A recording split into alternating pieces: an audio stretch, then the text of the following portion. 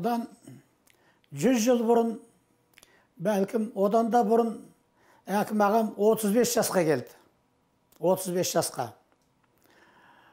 Содан тойға жиналдық, үйіне Әбіш бар, Сайын бар, Асқар бар, киностудиядан тағы бір 2-3 жігіт, сол қызметтес адам болу керек. Ол кезде әкім ағам киностудияда бас редактор. Ал енді осы жерде аға деген сөздің мәнісін айта кетейін. Бізде жасы үлкен қатарлас ілгерінде кейін жігіттер болды. Мысалы Қалихан, Қабдеш, бірақ олар Қалекен және Қабдеш. Ал аға болған осы әкім, содан соң Сайын екеуі ғана. Бұл сөздің мағынасы жас үлкендік емес, атақ, мәртебе, жандарал деген сияқты. Әкім аға дейміз, Сайын аға дейміз. Содан әкім ағам үйіне жиналдық. Әкім ағам отыр, кішкене жүзі тұнжыраңқыраған, мінекей 35 жасқа келіп қалдым дейді. Маған өте көп боп көрінді, үлкен боп көрінді. Оған мен 20-ның жуан ортасынан асқам, бір алыстағы бір заман сияқты боп көрінді. Содан 35-ін тойладық енді. Енді бізде келетін шығармыз, бірақ әзір бір талай заманнан кейін деп ойлап. Ал енді бүгін әкім 90-ға келіп отыр. Маған онша үлкен боп, онша көп боп көрінбейді. Енді уақыт өткен сайын, жас ұлғайған сайын жастардың арасы жақындай береді. Одан ғана емес. Әкім ағам әлі сол 35-тегі қайратты жас қалпында, кішкене өңіне аз-маз көлеңке кірген болуы мүмкін. Ал басқасы ақыл ойы, парасаты, мінезі бәрі бұрын қалпында. Ең бастысы әкім 90-ға келуінің негізгі 2 себебі бар. Бірінші, өзінің тұрақты, қалыпты, салмақты мінезі, дүниеге кеңінен қарайтын. Екінші, менің Роза қарындасымның айрықша күтімінің арқасында. Ал енді біздің жазушылар қауымы қатар жүргенде, бір қаланың ішінде жүргенде, көбіне кейде түсінісе алмай, сыйыса алмай жатады. Мен енді қазір жердің түбінде Америкада жатырмын.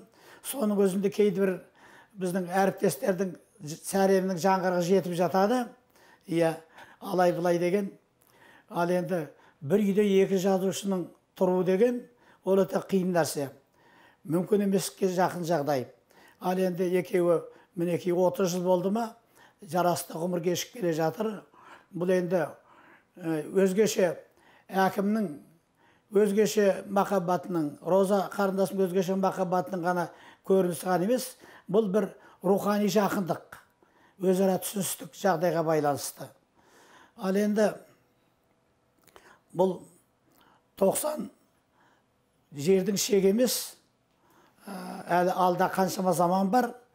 Бұдан бұрын әкім ағамның 70 жылдық тойын өткіздік. Жаңағы 35-тен кейін 2 аралықта. Ол енді ол кезде той көп болады, қазірде көп қой деймін той. Біздің шақырылған зиялы қауым жазушылар 2-ге жарылды. Сол күні бір үлкен адамның тағы да той болады екен, 60-ға ма 70-ге келген, жарты соған кетті. Бір жол емес, орта жолдан қайтып келеміз деп. Енді ол кісі үлкен құда болатын, құданың үлкені.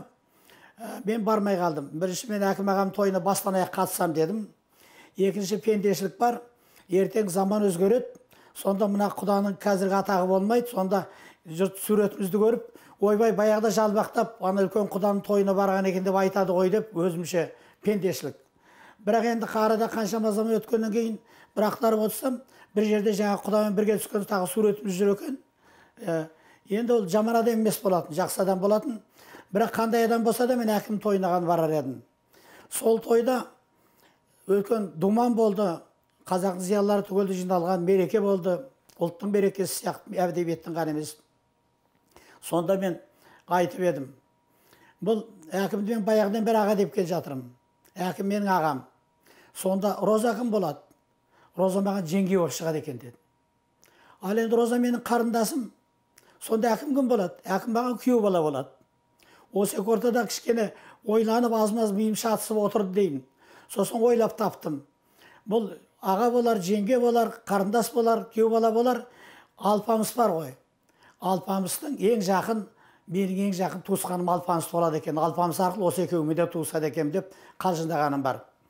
Енді осы алпамыс қазір үлкен жігіт болып деп естідім. Атасына тартып, тегіне тартып, осы алпамысқа байланысты бір оқиға болды. Баяғы заманда, бұдан 21 жыл бұрын алпамыс о кезде 2 жаста ма, 3 жаста ма, сол 2 жастарда болу керек. Bir gün tаңертең жұмысқа келсем, Жазушылар мен жұлдыздағы қызмет атқарам о кезде, әкім ағам есік алдында тұр екен, өңі кетіп қалған, жағы суалған, көзі аларып кеткен, бір түрлі сондай берекесіз жағдайда тұр. Соны айтым, әкім аға, немен ауырып қалдың ба деп сөйледім. Ондай көрмегем. Әкім дүние тау қозғалса қозғалмайтын адам ғой. Алпамыс ауырып қалды деді. Түнде температурасы 41-ге жетіп барып қайт деді. Ой, әкім аға, кішкене баланың температурасы 40-41 деген немене? Талай, біздің балалар талай сондай температура келді. Іштен кетпейді. Оңалып кетеді ертең ақ дедім. Сондайда ана айтқан сөз көңілге медеу. Әкім ағам әжептәуір көтеріліп қалды. Неге тұр десем, біреуді күтіп тұр екен. Дәрігер ма, әлде емші ма? Соны келді де, содан ары қарай кетті. Енді артынан телефондап сұрамадым, өйткені біліп тұрмын, жақсы жағдай болатын. Енді осы ненің алпамыстың кезінде айттым ғой, ауырды деп қатты берекесі кетіп тұр. Әкім ағам тау қозғалса қозғалмайтын салмақты адам. 40 жыл бастық болды. Мүмкін 50 жыл болды ма білмеймін. Бір қалыптан айныған емес. Өзінің салмақты қалпынан, кісілікті қалпынан. 2 оқиға әкім ағам бастық болып жүргенде менің есімде қалыпты. 2 кездесу, 2 үлкен кеш. Мұның бірінде желтоқсан оқиғасынан кейін Колбин келді Жазушылар одағына. Бұл жазушылардың Колбинмен кездесу емес, Колбиннің жазушыларымен кездесу болатын. Именшектеп келді. Жаңағы қырғыннан кейін ғой, арада 1 ай өтті ме, өтпеді ме. Сонда үлкен жиын болды, біздің жазушылар түгел келді. Жиналысты Олжас бастап ашып, әкім ағама берді басқаруды. Әкімнің қалай басқарғанына мен сүйсініп, риза болып отырдым. Жұрттың бәрі риза болды. Анау енді қалай дегенмен о zaman партияның заманы, және өзі жендет болып келген адам, сол қазақтың кеудесін көрсетіп, біздің жазушылардың кісілігін, адамдығын көрсетіп, жиналысты басқарды, өте жақсы өткізді.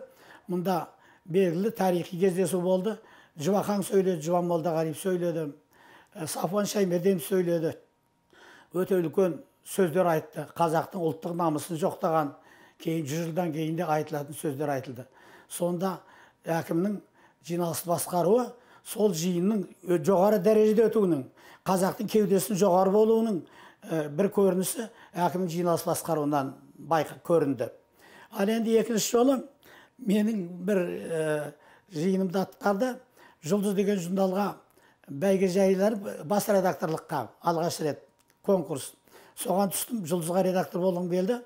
Менің қолымда журналдың редактор болу деген ең үлкен қызмет. Жазушылар одағының бастығы емес, баспаның бастығы емес, Жұлдыздың редактор болған. Өзің жеке бір баспаның, жеке бір ұйымның басшысы сияқтысың. Әдебиетке бағдар бересің, түгелдей кейінгі жастарға шарапатын тиіп отырады. Мен болғым келді. Сонда осы жиында әкім ағам басқарды. Әкім ағам басқарып, аяғында Олжас қорытындылады. Ақыры талас, тайталас, менен басқа да 3 адам түскен, түгел мықты бәрі. Мен сол әкімнің басқаруының арқасында бір жағынан сол жеңіп, Жұлдызға редактор болдым. 18,5 жыл отырдым. Енді әкім жаңа бастық болды дедім ғой. 40 жыл бойы бастық болды деп. Сол үлкен оқиғалардың бәрін Жазушылар одағына, киностудияда үлкен оқиғалардың басшысы болды. Жақсы кинолар түсірді. Мысалы, Қараш оқиғасын Мұхтар Әуезовтің ана Әуезов ашық айта алмаған нәрселердің бәрі жарыққа шықты сонда. Ал енді бұл Мұқан біздің ұлы ұстазымыз, қазақ ең ұлы жазушысы, бұрынғы, бүгінгі және болашақтағы. Осы Мұқан 61 жыл дүниеден өтті. 61 жылы. Сонда кетем деп адам көңілде бір қатер болған болу керек. Кейінгі жазушыларға өсиет айтқаны бар. Сол мен айтам, Мұқан сол кезде дүниеден өтіп бара жатқан кезде өзімден кейін көп ұзамай әдебиет мүлде басқаша болады. Түрленеді, жаңарады деп ойлаған жоқ деймін. Өйткені Мұқанның сәлем айтып хат жолдаған адамдары бір 3-4 жазушы, сол кездегі белгілі жазушылар, бұлардың бәрі де шамалы ғана адамдар болатын. Өзінің тіршілігі, жазуы, өзінің күйкі тіршілігінен аспайтын, үлкен мәселелерді көтермеген, ұлттың мәселесін көтермеген, әйтеуір абырой атақ алып жүрген адамдар болатын. Мұқан оларға қарап тұрып, таяу уақытта әдебиет өзгереді деп ойламағаны анық. Бірақ арада 10 жыл өткен жоқ, қазақ әдебиеті дүрк көтерілді, мүлде жаңа мазмұнға, жаңа сипатқа ие болды. Идеялық тұрғыдан болсын, көркемдік тәсілдер, көркемдеу жағынан болсын, тақырып ауқымы жөнінен болсын, қазақ әдебиеті сол 10 жылда үлкен серпінді бастады.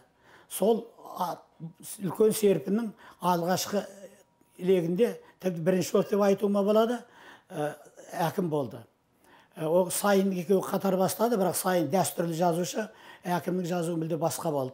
Алғашқы құйрықты жұлдыз деген повесі, содан кейін барып Асу, үлкен ауыл деген алғашқы шығармалары, сол 60-70 жылдардың 9-ында жазылған, бұлар үлкен әдебиетке жаңалық әкелді.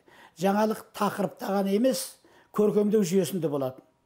Көркемдеу жүйесінде сондай өзгеше ерекшелік болды.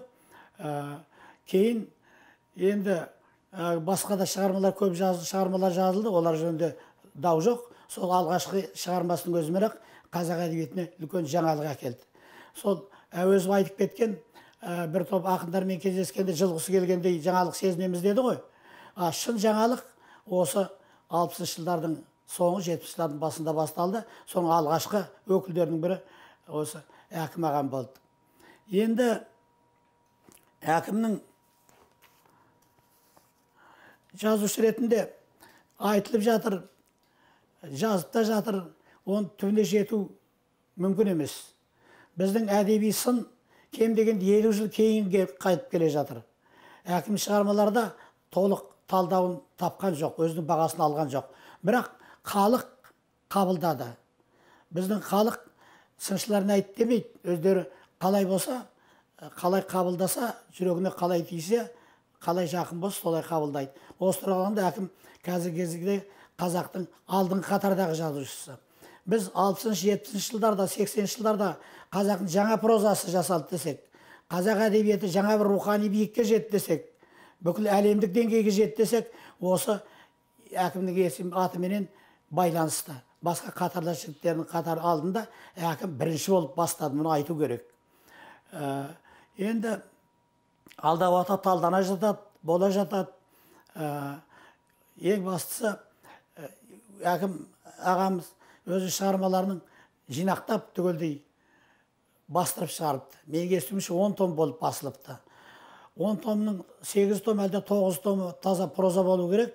Бұл аз емес, өте көп. Мысал үшін Толстойдың өзінің бір прозасы 10 томның маңайында. Тургенев 7 том, Бунин 7 том маңайында. Ұлы Әуезовтің прозасы 6 том ғана. Мәселе аз көбінде емес, бірақ дегенмен де көп болып, жақсы болып, әрі көп болғаны жақсы ғой. Осы тұрғыда әкім өзінің айтарын айтып кеткен, айтып болған жазушы. Енді алдағы уақытта 90-нан кейін де жазады деп ойлаймын. Менің айтатын аз ғана тілегім, ұсынысым, әкім аға мен естеліктер кітабын жазса. Өйткені осы 90 жылдың ішінде қанша көрген өте көп. Әдебиет төңірегінде, қоғамдық өмірде, қазақ халқының өмірінде әкімнің көрген, түйген өте көп. Оның үстінде ылғи бастық болып жүрғаннан кейін бастықтармен көп араласты, о жағын жақсы біледі. Ендігі менің тілегім, әкім ағам Роза екеуі жасай берсін. Әкім ағам енді 30 жыл жасасын. 120 деген жас тілеймін мен, 120. Ал Роза қарындасым, ол да сол осы әкім ағам жасына келсін. Арғысын өзі біледі. Жалпы әйел адамның 100-ге келген онша жақсы емес, 90 дегенде шабан емес. Ал енді мына тойға қатысып отырған жұрттың бәріне өзімнің жақсы тілегімді айтам. Жақын жерде болса, Европада болса барар еді. Тойға ұласа берсін. Әкім мен Роза екеуі бала шағасының қызығын көрсін, елінің құрметіне бөлене берсін, бұдан арада төңірегі түгел болсын. Мына қазақтың әдебиетінің одан ары қарай өркендегенін, өскенін кейінгі жас буындар арқылы көріп, танып, ылғи бар мұраттар орнына келсін.